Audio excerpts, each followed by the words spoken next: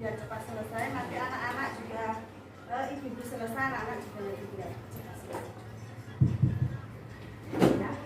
Assalamualaikum warahmatullahi wabarakatuh.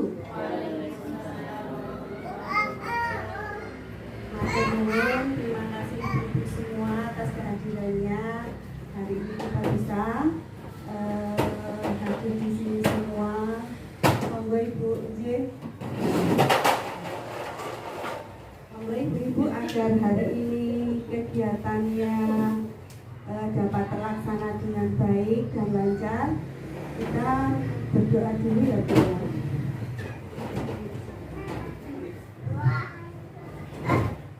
Monggo ibu-ibu berdoa, dipersilakan.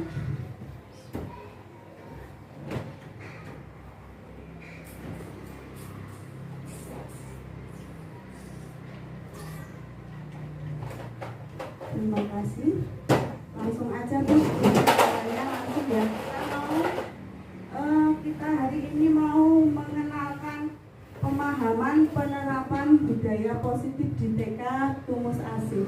Nah, apa itu ya? Nah, kita langsung saja ya Bu. Untuk materi hari ini, nanti ini yang kita bahas. Yang pertama, perubahan paradigma belajar. Yang kedua, disiplin positif dan nilai-nilai kebajikan. Yang ketiga, kebutuhan dasar manusia. Yang keempat, teori motivasi, hukuman, penghargaan, dan restitusi. Yang kelima, restitusi 5 posisi kontrol. Yang keenam, keyakinan kelas. Lalu selanjutnya, restitusi segitiga restitusi. Nah, itulah hari ini nanti yang kita akan bahas ibu-ibu semua. Selanjutnya, apakah itu perubahan paradigma belajar? Menurut filosofi pendidikan Ki Hajar Dewantara. Ki Hajar Dewantara itu kan bapak pendidikan kita gitu ya. Ada itu yang sangat terkenal, tuku ing madya ing arsa sung tulodo, ing madya mangun karsa, tutwuri handayani. Masih ingat Bu? Nah, itu yang kita terapkan untuk pendidikan sekarang ini Bu. Dari dulu sampai sekarang kita terapkan itu Bu, semboyan itu dari Ki Hajar Dewantara. Jadi pendidikan itu bertujuan menuntun segala kodrat pada anak-anak agar mereka dapat mencapai keselamatan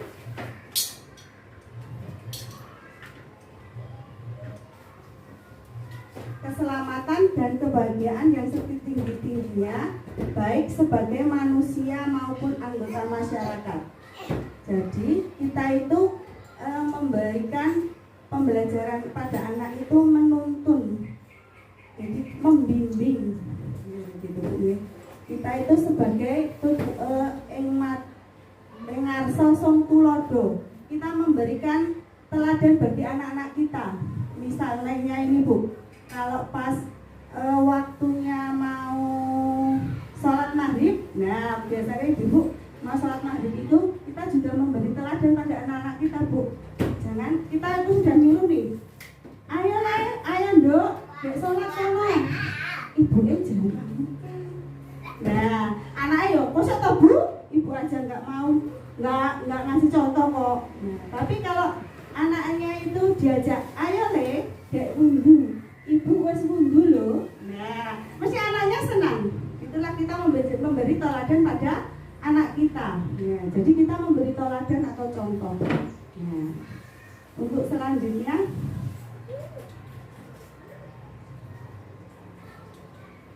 nah ini profil pelajar Pancasila yang sekarang ini kita dengung-dengungkan ya, dengan kurikulum merdeka. Ya tahu Bu, yang di SD itu juga sekarang kurikulumnya sudah kurikulum merdeka. Sekarang dari kurikulum 2013 semuanya pindah ke kurikulum merdeka. Nah, ini ada profil pelajar Pancasila. Ini nilai-nilainya apa saja Bu yang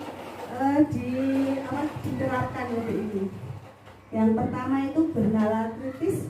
Jadi anak-anak itu sekarang kritis ya Bu. Misalnya apa saja ditanyakan. Gitu Bu. Bu ini Bu goreng apa ya? Tempe Bu, tempe ini seko apa? Nah, tapi kalau anak-anak diam itu ya nggak ada apa? Nggak ada mau berpikir. Nah, itu anak-anak ibu-ibu boleh mendorong anak-anaknya. Jadi memberi semangat atau memberi pancingan pada anak-anaknya, gitu. Nah, itulah anak-anak bernalar kritis. Jadi anak-anak itu kritis. Yang kedua, beriman, bertakwa kepada Tuhan Yang Maha Esa dan berakhlak mulia. Nah, supaya tidak tergeser, berakhlak mulia itu sudah ada senyum, sapa, salam. Nah itu tiap pagi. Nah kalau pas datang itu assalamualaikum, apa kabar hari ini? Masih anak-anak baik Bu Guru. Nah itu juga di rumah boleh Bu, kalau pas anak-anak mau berangkat sekolah. Nah itu kan ada salim ya. Nah itu berangkat. Anak-anak salim itu budayakan Bu. Bagus itu Bu, budayakan sambil didoakan. Kalau saya itu anak saya salim yang kecil itu gini langsung. Biasanya langsung gini. Apa katanya saya pegang. Semoga jadi anak pintar, semoga jadi anak soleh. Itu langsung salim, dia masuk sekolah gitu. Itu doa kita Bu. Jadi setiap berangkat sekolah gitu, anak pas masuk gerbang itu saya doakan begitu. Kalau belum, misalnya saya dilelek, pas ngantar kok ketemu ada teman yang bilang, ya Bu, anak saya masih nunggu Bu. Ya, masih nunggu, langsung nunggu. Oh, pilih, oh salim sih. Jadi monggo Bu budayakan sambil mendoakan anak-anak kita. Di sini itu juga Bu, kalau ada anak-anak yang apa namanya? Rodok dikandani kok orang kayak dang sama temen-temennya sekarang pada didoakan sepacak ke surat Al-Fatihah. Gak tangannya gini. Sembuh, lenakan gitu. Bu, aku sudah sembuh sekarang Bu. Gitu pulang iya, pintar gitu. Sambil didoakan Al-Fatihah gitu. Enggak apa-apa. Itu nanti anak kita bisa berubah. Dengan kita itu mandiri. Yang ketiga mandiri, ini mandiri di sini juga kita tanamkan juga mandiri dari anak-anak belajar mencuci piring. Ya, pas itu kemarin kita membuat sebuah itu anak-anak kita ajarkan mencuci piring sendiri, lalu kita ajarkan antri mengambil. Nah itu kita ajarkan juga. Moga Bu di rumah juga bisa diajarkan mandiri, memakai sepatu sendiri, memakai baju sendiri.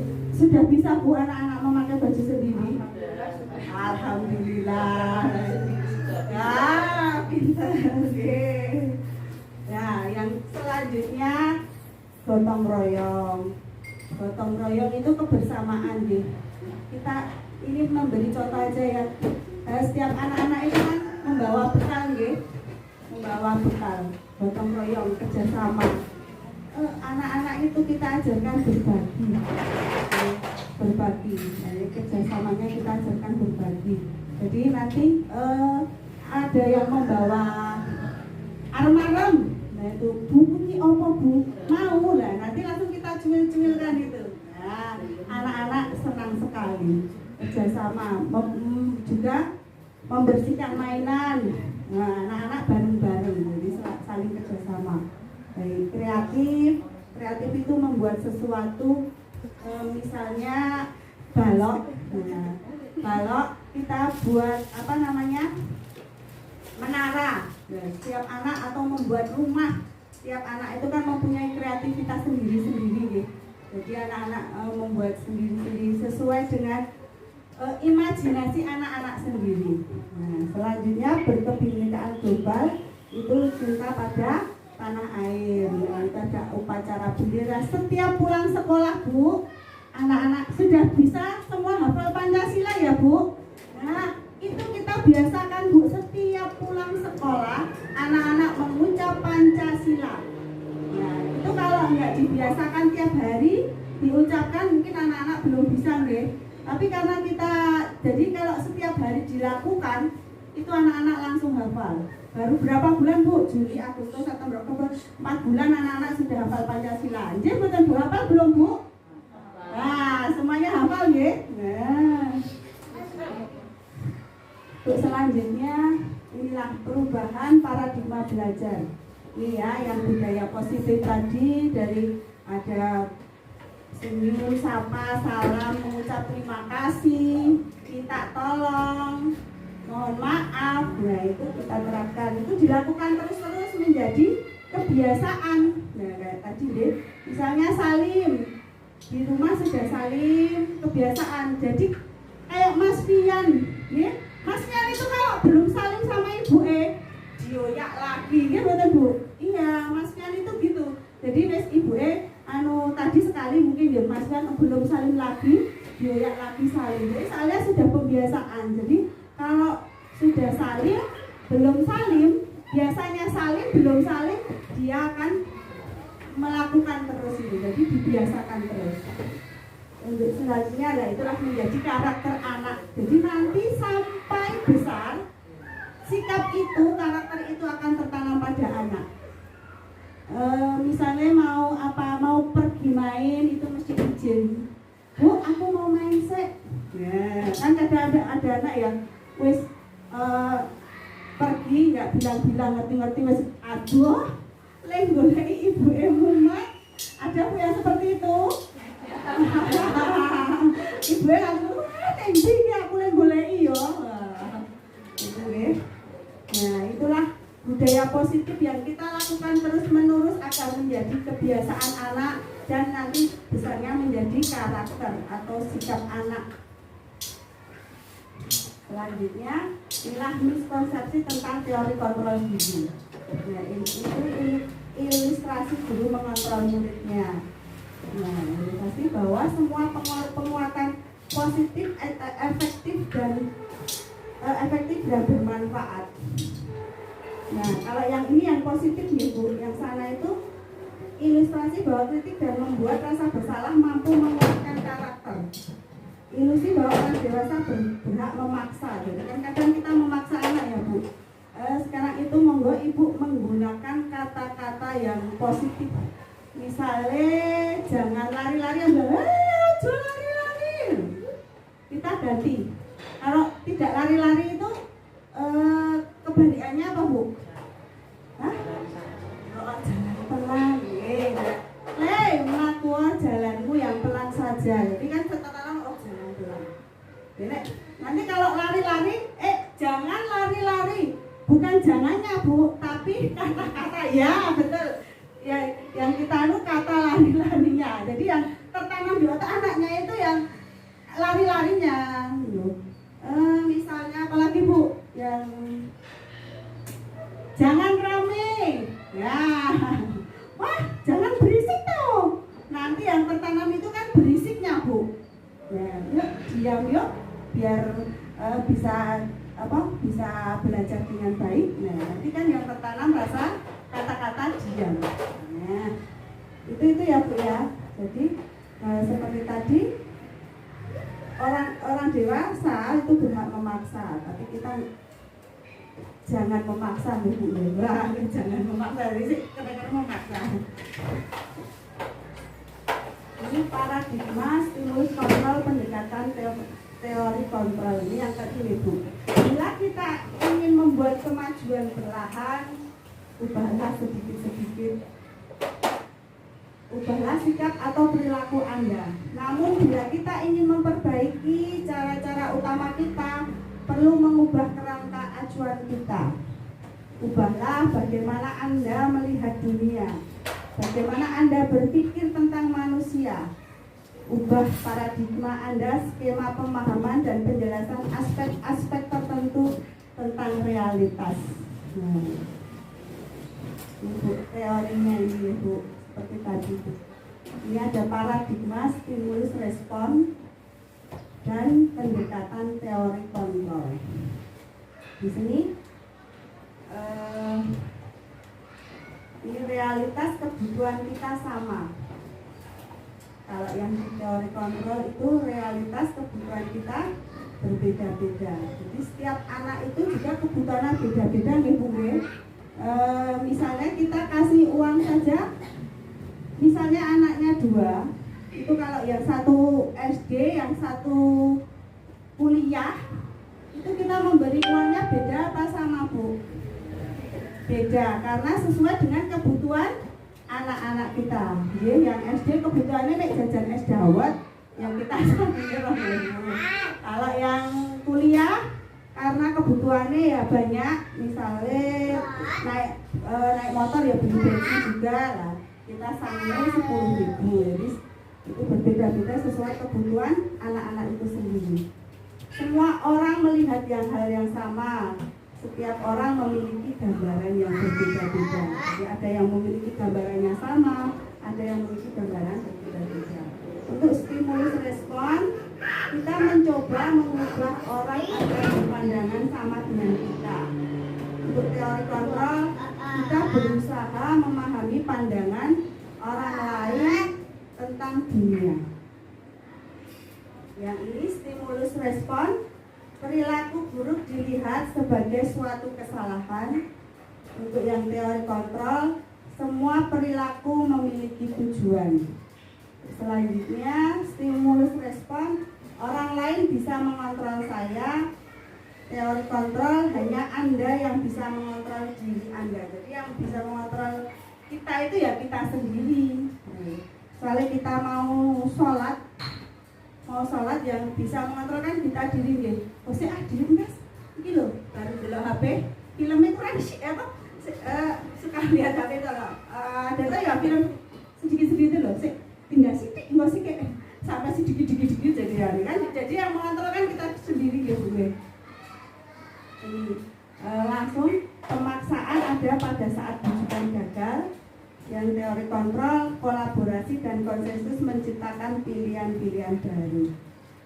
Nah, inilah budaya positif yang kita terapkan kepada anak kita. Budaya positif itu apakah ya? Budaya positif adalah nilai-nilai, keyakinan-keyakinan dan kebiasaan-kebiasaan di sekolah yang berpihak pada murid, agar murid dapat berkembang menjadi pribadi yang kritis, penuh hormat dan bertanggung jawab. Ibu-ibu lelah. Coba sekarang ibu-ibu hadap sana semua.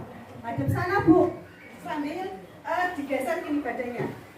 Di badannya. Hadap sana Bu. Monggo. Nah, hadap sana Bu. Nah, saya tak agak berdiri ya. Sekarang coba pegang bahu pundak temennya. Nah.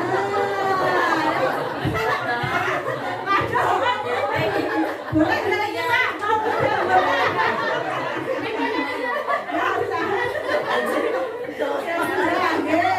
Coba sekarang dipijit punggung temennya Bu. Saya nyanyikan satu, aku sayang ibu. Dua, juga sayang. Tiga, sayang adik kakak. 1, 2, 3, sayang semuanya. Balik Bu. Dia nggak sekarang. Lagi Bu. 1, aku sayang ibu. 2, juga sayang ayah. 3, sayang adik kakak. 1, 2, 3, sayang semuanya. Terima kasih. Balik lagi Bu. Gimana Bu? Sudah rileks? Nah, badan ke separuh Bu. Nanti kita biar tambah rileks lagi ya Bu ya. Nah, ini tadi budaya positif. Selanjutnya ini disiplin positif. Pendekatan untuk menuntun kodrat anak agar berdaya dalam mengontrol diri dan menguasai diri untuk memilih tindakan yang mengacu nilai-nilai kebajikan. Disiplin positif menjadi komponen utama dalam mewujudkan budaya positif. Disiplin positif misalnya Bu berangkat sekolah dengan tepat waktu, itu kan disiplin ya. Nah, misalnya kalau anak itu disiplin belajar, ya, dia anak tersebut misalnya menyelesaikan kan tanggung jawab ya, memulai tanggung jawab. Nah itu menyelesaikan tugasnya, nah itu tanggung jawab, itu juga disiplin, contohnya itu. Nah ini nilai-nilai kebajikannya. Nilai-nilai kebajikan itu apa saja? Nilai-nilai kebajikan adalah sifat-sifat positif manusia yang merupakan tujuan mulia yang ingin dicapai setiap individu. Nilai kebajikan universal adalah nilai-nilai kebajikan yang disepakati bersama, lepas dari suku bangsa, agama, bahasa maupun latar belakangnya. Jadi yang universal. Nah, inilah Bu, nilai-nilai yang ditanamkan pada anak. Ada profil pelajar Pancasila. Yang tadi ya Bu, profil pelajar Pancasila ada beriman dan bertakwa pada Tuhan Yang Maha Esa dan berakhlak mulia, kebinekaan global, gotong royong, mandiri, kreatif dan bernalar kritis. Lalu ini dari Ibu Primary Yes Program atau PYP. Nilai-nilainya ada toleransi, rasa hormat, integritas mandiri, menghargai, antusias, empati, keingintahuan, kreativitas, kerjasama, percaya diri dan komitmen. Kayak empati itu kalau kita di sini, kalau anak-anak itu ada anak-anak yang lupa membawa bekal. Nah, itu anak-anak wes Bu, aku nggak bawa bekal. Siapa yang bawa bekal berlebih? Bu, aku bawa mie sidik, tak kasih dikit ya. Sekarang anak-anaknya sudah bisa mencuel. Itu perlu kalau dulu itu kan bawanya misalnya cuma 2 ya dikasih kan cuma 1 temennya, padahal yang antri itu banyak Bu yang pengen itu. Wah, aku rak kebagian Bu.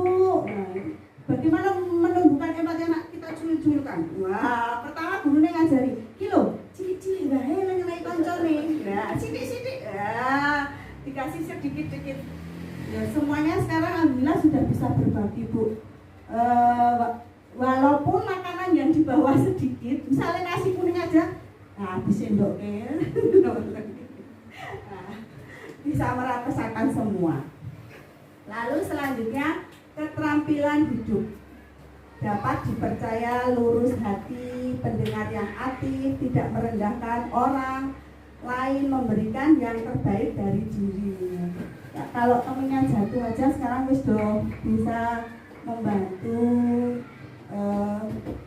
Bu, kalau misalnya dia tidak bisa menyelesaikan masalah ya jatuh, anaknya sakit misalnya, itu baru lapor ke guru, Bu, ibu, tolong Bu, saya ditambahi. Nah, gitu. Anak-anak itu sudah bisa merasakan itu.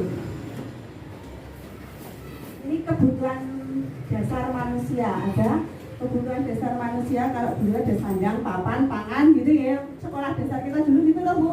Sekarang ini ada yang baru lagi, tapi tetap mengacu pada itu. Nah, ini ada bertahan hidup, contohnya adalah kebutuhan terkait dengan kesehatan, rumah, dan makan. Selain itu kebutuhan untuk bertahan hidup dan kebutuhan rasa aman. Selanjutnya kasih sayang dan diterima. Contohnya adalah keinginan untuk tetap terhubung dengan orang lain seperti teman, keluarga, rekan kerja maupun juga kelompok di mana kita berada atau tergabung. Kasih sayang itu kita curahkan kepada anak ya Bu. Misalnya kita perhatikan saja, kita apa namanya, kayak diuang kayak gitu loh. Nah, misalnya anak-anak itu kita kasih perhatian lebih. Nah, anak pulang sekolah juga ditanya, mau di sekolah apa? Ini anaknya seneng banget. Ya ya toh Bu, daripada cuma anak yang lebu ya wis tokne wae. Aku lagi sibuk tekan HP wis. Tapi kalau sudah pulang ya apa namanya di sini biasanya ada yang jemput tadi belajar apa gitu kan, anak-anak antusias tuh Bu untuk bercerita tadi aku belajar tentang ikan ya gitu kan, anak-anak seneng kayak diarohke ya ceritanya itu kasih sayang kita kepada. Lalu kebebasan, adalah kebebasan untuk membuat pilihan, menyuarakan pendapatnya dan percaya diri, dan kebebasan memberikan kesempatan untuk mencoba terhadap hal-hal baru. Nah, misalnya kalau kita kalau zaman dulu itu kalau simbah-simbah kita itu mbok anak-anaknya boleh toh bermain di latar nggih, seneng banget main tanah nggih toh Bu. Kalau sekarang ada ibu-ibu yang baru itu kan enggak reget banget ya. Nggih toh nggih. Jadi kayak dikenang anaknya. Jadi diberilah kebebasan Bu. Nah, anak-anak itulah bisa mengembangkan imajinasinya, kreatifnya itu di situ. Kita memberi kebebasan pada anak. Jadi tidak kita katakan panas kaya ngene iki, lek ngetutke wegah, tutup lawang, keloni anake. Anake belum tidur, ibunya sudah tidur. Ya betul Bu. Lalu berilah kesenangan. Contohnya guru menyajikan suatu kegiatan pembelajaran yang menyenangkan. Ini untuk sekolah ya. Kalau di rumah nih monggo buat anak yang anak betah dengan kita, senang berada di sekitar kita. Jadi anak-anak ini kenapa kadang kita harus introspeksi, oh anakku tuh lagi marahku apa ya? Kayak aku nesu wae apa ora itu. Nah itu marah terus. Anak saya juga gitu. Apa masih mau? Orang sinau ki apa ya Bu? Mbok dikondolan ya wis. Sama Bu sebenarnya salah kita itu anak. Untuk selanjutnya penguasaan atau power. Hari ini setiap murid mempunyai kebutuhan dalam dirinya untuk merasa kompeten, menjadi terampil dan diakui atas tercapainya keterampilan tersebut.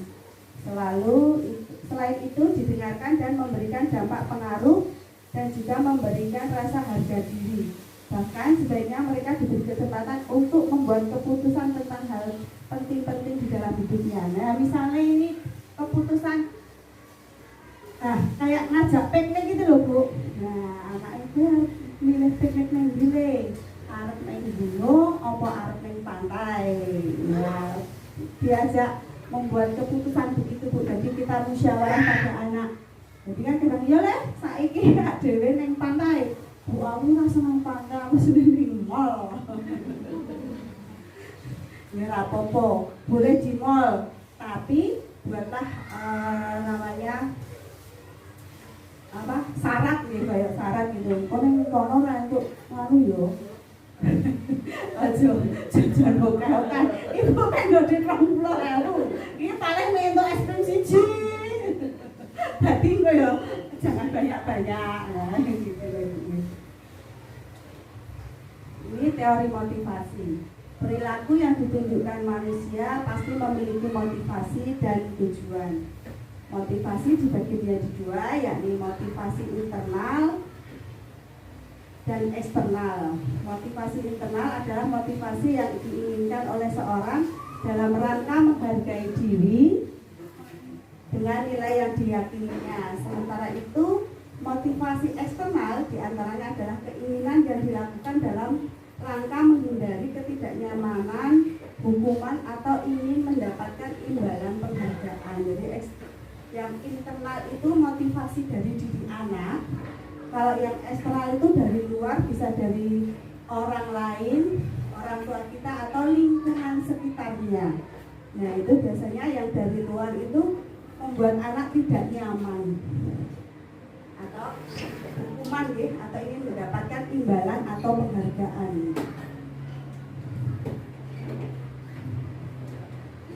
Ini ada 3 motivasi perilaku manusia. Yang pertama, menghindari ketidaknyamanan atau hukuman. Yang selanjutnya, mendapatkan imbalan atau penghargaan dari orang lain. Selanjutnya, menjadi orang yang mereka inginkan dan menghargai diri sendiri dengan nilai-nilai yang mereka percaya. Jadi anak melakukan sesuatu itu takut karena satu dihukum, ya Lea. Aku dihukum kali. Aku dihukum enggak. Apa sih ini listrik ya, Le? Anak itu takut anak itu melakukan tindakan itu yang pertama karena takut karena hukuman. Yang kedua karena mendapatkan imbalan. Yang ketiga karena dia ingin menghargai dirinya sendiri. Misalnya apa ya? Nah, belajar saja nih. Misalnya belajar setiap hari setelah kalau anak-anak belajar jam berapa, Bu? Sesuka anak-anak sukanya jam berapa? Kalau saya juga kok anak-anakku senangnya jam berapa? Monggo kita disesuaikan anak-anak. Nah, misalnya anak-anak belajar itu kegiatannya kan anak-anak belajar. Dia ada motivasi intrinsik, ada yang masih dari luar. Jadi dia belajar itu kenapa? Yang pertama itu dia karena menghindari ketidaknyamanan. Ya ibuku mureng-mureng. Kayak di sekolah, engkau nak aku ranggarap, engkau berburu nesu-nesu.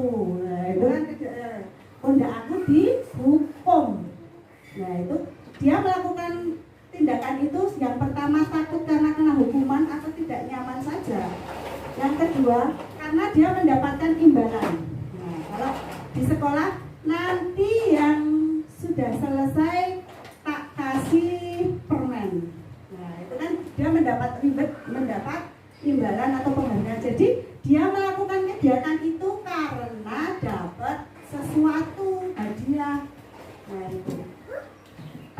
Yang selanjutnya itu dia melakukan belajar itu karena kebutuhan anak sendiri atau menghargai dirinya sendiri. Aku nek sinau, sesuk aku nek gede aku kan iso pinter. Nah, aku iso sekolah dhuwur, biasa gitu ya. Jadi ya keinginannya itu melakukan kegiatan tersebut karena keinginannya sendiri. Jadi kesadaran sendiri. Nah, ini yang selanjutnya konsep disiplin. Jadi tadi ya yang Bu ada hukuman, penghargaan, konsekuensi, dan restitusi. Kalau hukuman itu gagal.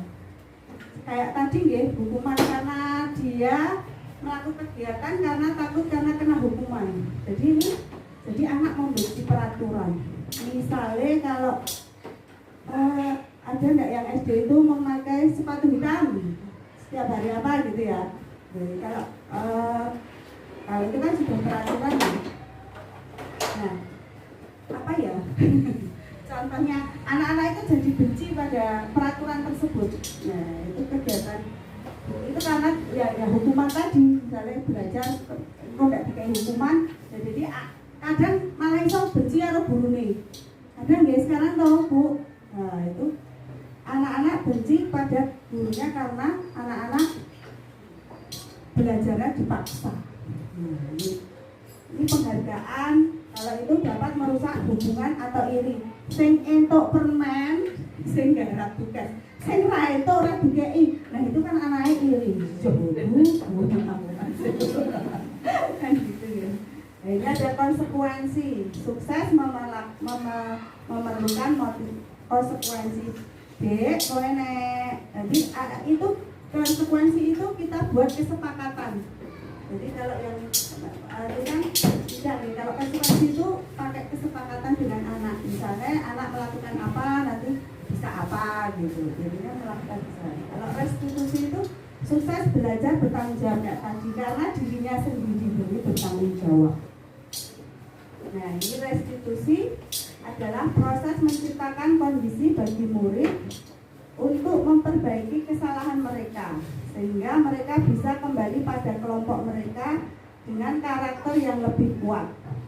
Restitusi juga merupakan proses kolaboratif yang mengajarkan murid untuk mencari solusi untuk masalah mereka dan membantu murid berpikir tentang orang seperti apa yang mereka ingin menjadi tujuan mulia dan bagaimana mereka harus memperlakukan orang lain.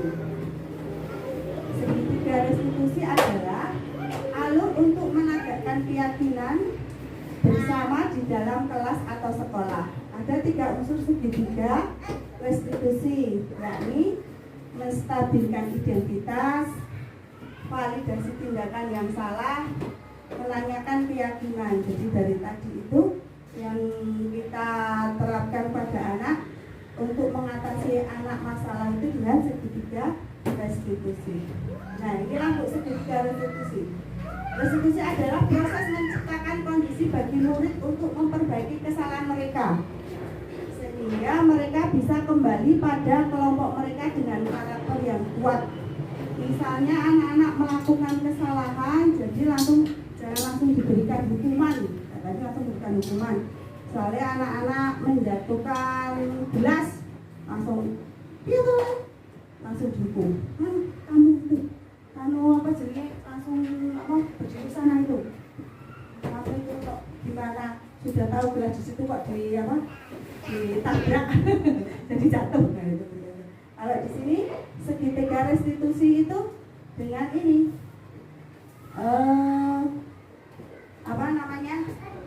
dengan menstabilkan ini.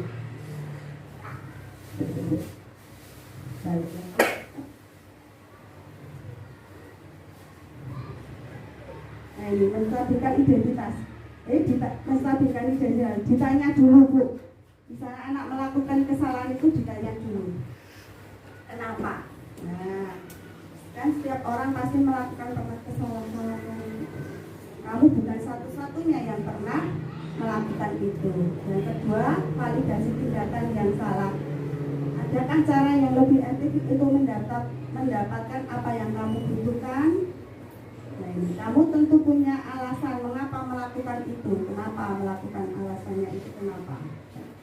Lalu selanjutnya ini meyakinkan, menanyakan keyakinan kelas apa yang telah kita sepakati. Kamu ingin menjadi orang yang seperti apa? Jadi setiap anak kita melakukan kesalahan, jadi kita tanya dulu sebab akibatnya. Jadi kita sebab ngopo kok kamu itu melakukan itu? Ngopo kok melakukan itu? Apa yang kamu langgar? Itu dari situ. Ini ada 5 posisi kontrol. Yang tadi yang pertama itu sebagai penghukum, sebagai pembuat rasa bersalah, sebagai teman, sebagai penonton, dan sebagai manajer. Posisi kontrol guru yang paling baik dan ideal berada pada posisi kontrol manajer. Jadi orang tua juga begitu ya. Nah, ini contohnya ya Bu. Yang tadi penghukum, pembuat orang bersalah, atau teman, pemantau, manajer. Ini contohnya guru berbuat menghardik atau menunjuk, menyakiti, menyindir. Guru berkata, kalau kamu tidak melakukannya, saya akan menunjuk itu ya. Nah, ini hasilnya memberontak, mendendam, menyalahkan orang lain. Lalu murid berkata ini, saya tidak peduli. Ini dampak pada murid mengulangi kesalahan berulang kali perilaku tersebut. Nah, ini yang tadi ada membuat orang bersalah. Ini berceramah menunjukkan kecewaan mendalam. Kamu sudah mengecewakan ibu bapak. Hasilnya apa? Menyembunyikan, menyangkal, dan berbohong. Lalu murid berkata, maafkan saya.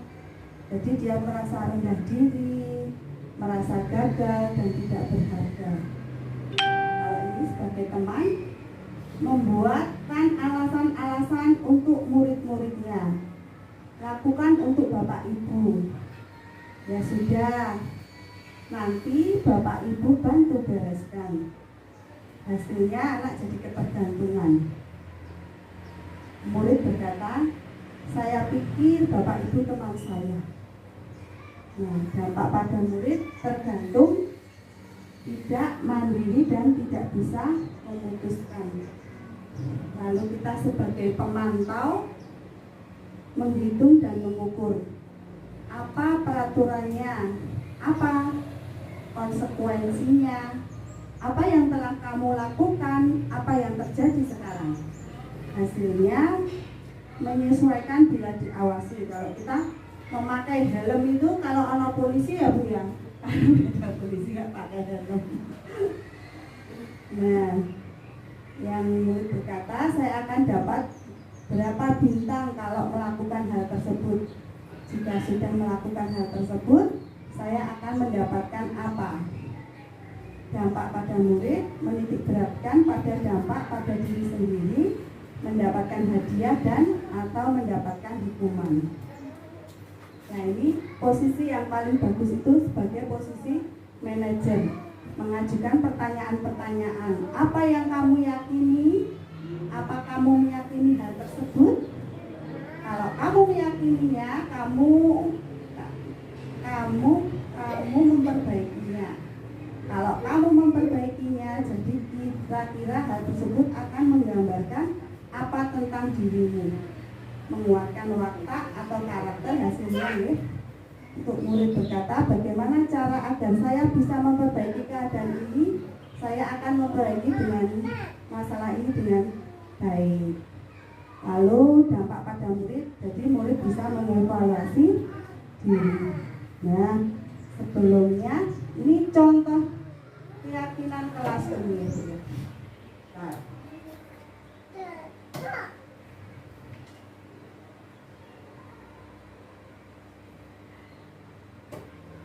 Ini kita buat, jadi yang di video ini bukan karena melanggar ya Bu, memang ini kita videokan.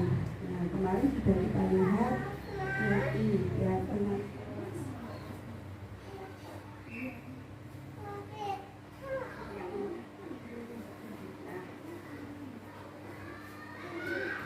Nah, ini contohnya keyakinan kelas, jadi anak tidak langsung dihukum.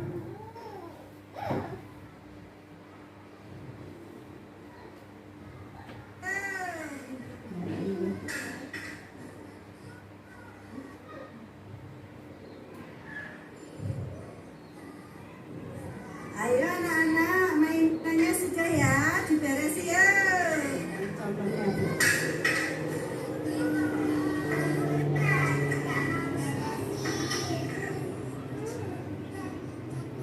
Penyelesaian kasus dengan restitusi itu ada skenario-nya gitu ya.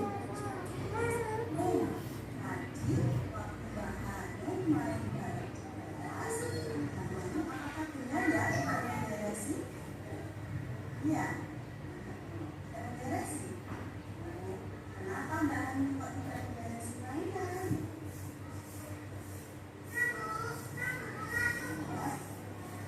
Oh, mainan Ani.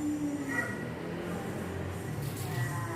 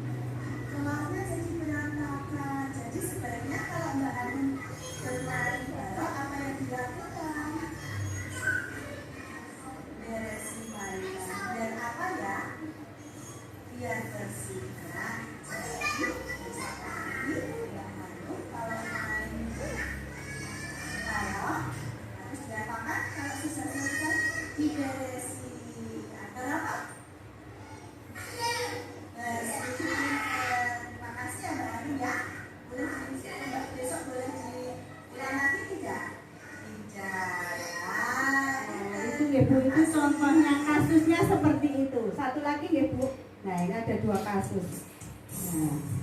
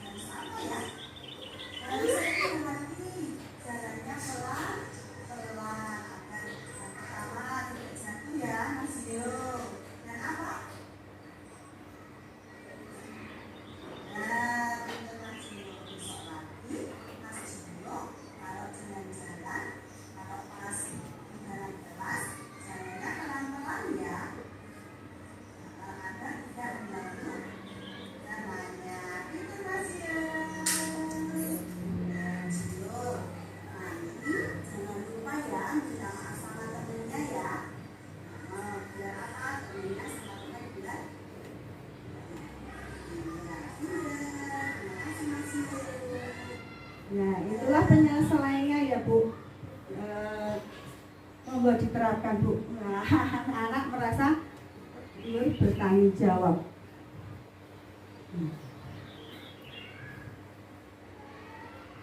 Bagus ya.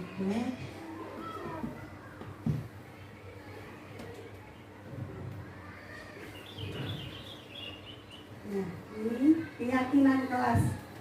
Keyakinan kelas itu setiap tindakan baik yang dilakukan dalam kelas dapat menciptakan suasana yang positif. Perilaku baik yang dilakukan akan menjadi kebiasaan dan itu akan menjadi budaya positif. Untuk terbentuknya budaya positif perlu disepakati keyakinan atau kesepakatan-kesepakatan. Ini boleh di rumah, boleh juga diterapkan ya Bu. Misalnya ada pembatasan pemakaian HP, langsung ada jam tidur, misalnya habis pulang sekolah tidur, itu dibuat kesepakatan dengan anak-anak. Kalau yang ini keyakinan kelas atau kesepakatan yang di sekolah. Yang pertama, berdoa sebelum dan sesudah belajar, bekerja sama menjaga kebersihan kelas, antri dan sabar menunggu giliran, belajar dengan sungguh-sungguh, saling peduli, menghargai dan membantu sama lain, menjaga dan meletakkan barang sesuai tempatnya. Yang terakhir, bersikap baik, ramah dan santun. Ini contoh kegiatannya anak-anak.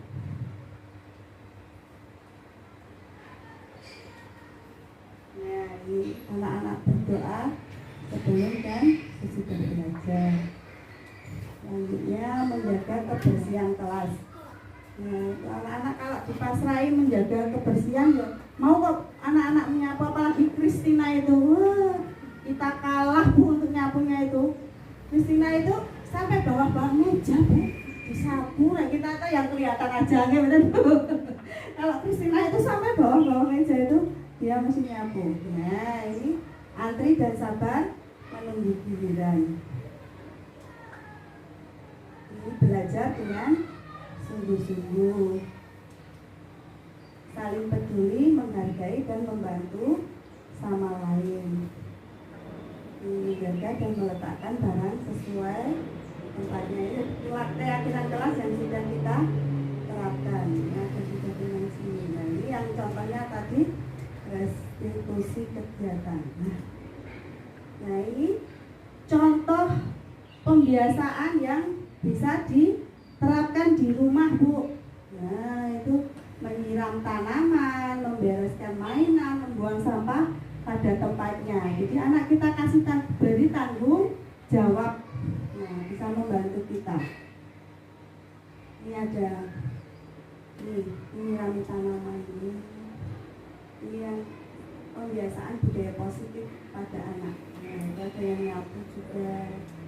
Membuat minuman sendiri itu juga boleh.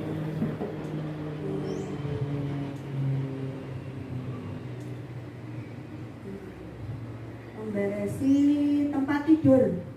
Jadi kalau anak bangun tidur itu boleh langsung disuruh memberesi. Mari budayakan anak-anak untuk melakukan hal yang positif. Apabila dilakukan terus-menerus akan menjadi kebiasaan baik dan akan membentuk karakter baik pada anak-anak. Apakah ibu juga bisa menerapkan di rumah? Bisa, insya Allah. Ada pengalaman, Bu, pengalaman di rumah, misalnya anak melakukan kegiatan-kegiatan apa di rumah, atau tersandung ada yang misalnya anak saya di rumah ini bangun tidur dia nggak perlu dibangunkan, itu sudah ada, Bu? Oh, ada. Pakai mic, Bu. Oh, enggak apa-apa. Enggak mau. Ya, enggak mau ya. Aku sama mic. Dia monggo. Nah, ini ada Ibu Eman Mbak Manja. Monggo. Langsung saja apa mau pakai mic? Enggak, langsung Ya, aja. ya, pengalaman. Assalamualaikum warahmatullahi wabarakatuh. Waalaikumsalam. Kalau pengalaman saya di rumah itu kalau untuk bangun pagi, alhamdulillah Anda sudah tidak perlu dibangunkan. Setiap jam 5:30 pagi sudah bangun sendiri. Jadi itu sudah dibiasakan sejak malamnya. Jadi malamnya sebelum tidur kita udah kasih pengertian. Anda besok sekolah ya. Kalau mau sekolah berarti Anda harus bangun pagi. Jadi Manda nggak usah dibangunin, dan kalau bangun nggak boleh nangis. Nah, jadi sejak malam itu sudah dibiasakan seperti itu. Jadi jam tidurnya juga harus diatur. Jadi nggak boleh yang terlalu larut malam ya. Jadi jam 9 atau enggak setengah 10 sudah tidur, sudah di kamar. Dan itu rutin dilakukan tiap hari. Jadi kalau misal anak tidurnya cukup, otomatis kalau pagi dia bangun ceria, nggak ada drama nangis, nggak ada drama nggak mau sekolah. Jadinya itu juga mempengaruhi anak nanti di sekolah dia bakal terus ceria. Karena kalau misal dari rumah bangun tidurnya udah susah, ditidurin bangun dia nggak mau nangis, nanti di sekolah moodnya otomatis jelek, malah di sekolah dikasih pembelajaran apa dia nggak akan mau nerima karena dari rumah moodnya sudah jelek, sudah banyak drama, nggak mau sekolah, nggak mau bangun. Terima kasih. Nah, itulah budaya positif itu, Bu. Jadi budaya positif itu tidak hanya diterapkan di sekolah, tetapi juga diterapkan di rumah seperti itu. Buat kesepakatan pada anak. Ada yang lain, Bu? Monggo Ibu Mbak Hanum dengan 2 anak. Lah ya toh, nggih? Bagaimana? Pas itu misalnya gelut. Pernah gelut nggak, Bu? Ya. Bagaimana Ibu menyikapinya? Apa biasanya kalau yang saya dulu sama kakak saya itu pengalaman ya, mesti ibuku nyalahin kakakku terus. Ibu, anak adik-adik bisa dibelok. Apa aku, dulu aku gede, mama ini gitu ya. Adiknya kan merasa berjaya. Bu Hanum gimana? Dilihat dulu kesalahannya apa. Iya. Kalau kesalahannya dari kakaknya minta maaf ke adiknya. Begitupun juga sebaliknya, kalau misalnya ada yang salah, kakaknya minta maaf. Cuman kadang-kadang tetap aja berantem, itu aku diemin dulu. Kalau misalnya udah reda, baru dikasih tahu, terus udah baikan aja gitu. Nah, ya itu juga Ibu sudah melakukan restitusi loh, Bu. Itu namanya kerennya sekarang itu restitusi. Padahal Ibu sudah melaksanakan ya di rumah. Nah, ada yang lain pengalaman? Enggak? Mama Tian? Nah, Bu, mau diminum Bu, ini ada akuannya. Mau diminum, boleh diminum dulu. Nah, sekarang Bu, biar tidak sepaneng lagi, kita SBY ya Bu ya. Ini sudah selesai. Nah, coba Bu, kalau saya bilang pagi, tepuk satu nggih Bu? Pagi. Guru TKI nggih. Siang tepuk dua Bu. Siang. Sore tepuk tiga. Sore. Malam tidak tepuk. Coba ya Bu ya. Pagi. Sore. Malam. Pintar. Konsentrasi. Lagi ya Bu. Nanti panas. Pagi. Siang. Sore. Pagi. Malam.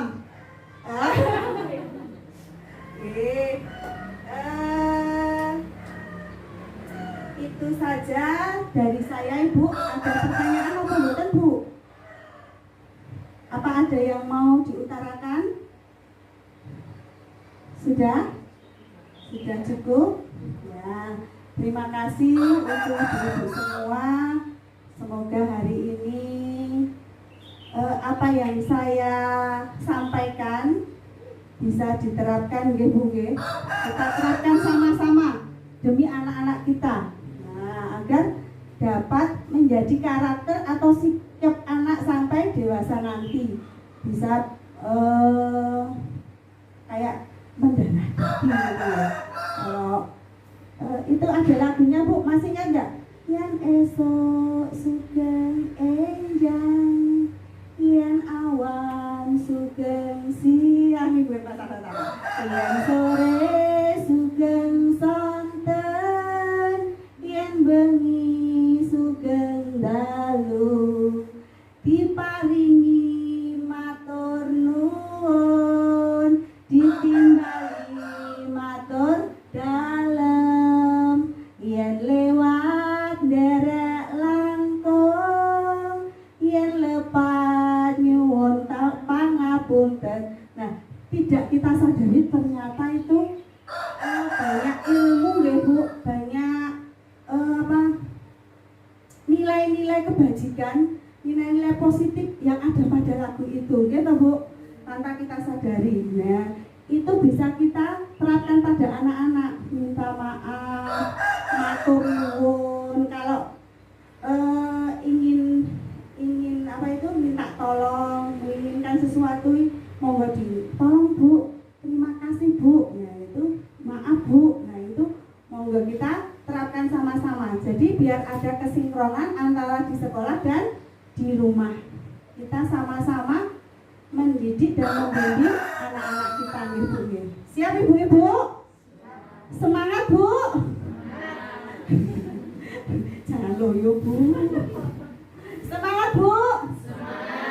Semangat. Tak tambahin tepuk satu ya Bu. Nanti diajarkan ke anak-anak ya. Kalau sebut satu, yes. Gitu nggih. Tepuk dua, oke. Tepuk tiga, semangat. Tepuk banyak sekali ya Bu. Tiga tepuk aja Bu. Tepuk satu, yes. Tepuk dua, oke. Tepuk tiga, semangat. Tepuk empat, konsentrasi. Tepuk kelima, siap. saya belajar. Gitu ya Bu. Terima kasih untuk hari ini. Kurang lebihnya saya mohon maaf. Semoga bermanfaat ya Bu ya. Marilah kegiatan hari ini kita tutup dengan membaca hamdalah bersama-sama. Saya mohon maaf ya Bu jika dalam penyampaian ada kurangnya, mungkin saya mohon maaf. Monggo Bu kita tutup dengan membaca hamdalah bersama-sama. Alhamdulillahirabbil alamin. Kurang lebihnya mohon maaf. Wassalamualaikum warahmatullahi wabarakatuh. Matur nuwun kita. Alhamdulillah dengan adanya sosialisasi budaya positif yang akan ditanamkan kepada anak-anak di TK AC ini memberikan sesuatu yang positif juga kepada orang tua, sehingga apa yang dilakukan di sekolah lewat pembiasaan yang baik insya Allah akan diteruskan kegiatan pembiasaan ini di rumah oleh orang tua. Jadi dengan adanya sosialisasi yang tadi disampaikan oleh Ibu Nuryani, semoga Bapak Ibu semua bisa memahami, kemudian nanti bisa mempraktekkan dan mendampingi anak-anak di rumah untuk melakukan kegiatan-kegiatan yang di situ. Terima kasih, sampai jumpa lagi di kegiatan-kegiatan yang akan datang. Terima kasih. Tepuk dua, one, two, yes, yes. Tepuk tiga, one, two, three, yes, yes, yes. Selamat pagi anak-anak. Nah, hari ini sebelum kita belajar, kita mau membuat keyakinan kelas. Membuat apa? Membuat apa? Membuat keyakinan itu seperti peraturan yang harus dilaksanakan, yang harus dipatuhi oleh anak-anak ya. Ya, waktu anak-anak nanti belajar. Nah, anak-anak siap? Siap? Siap. Oh, mau pipis ya? Sudah pipis dulu. Desi mau pipis dulu, boleh? Nah, boleh pipis dulu Desi. Nah, siapa yang mau Desi mau pipis? Nah, anak-anak, hari ini kita mau menempel kesepakatan keyakinan kelas yang kita buat. Ya, anak-anak siap? Tadi apa saja ya kesepakatan keyakinan yang kita sepakati, kita mau tempel di papan ini biar anak-anak bisa melihat. Coba yang ini. Apa ini? Berdoa. Berdoa sebelum dan sesudah belajar. Boleh ditempel Mas Gio. Di sini ya Mas Gio ya. Nah Mas Gio boleh menempel. Duduk sana dulu. Nah, gantian. Nah, pinter nih. Ini yang pertama, keyakinan kelas yang pertama. Apa tadi? Berdoa sebelum dan sesudah belajar.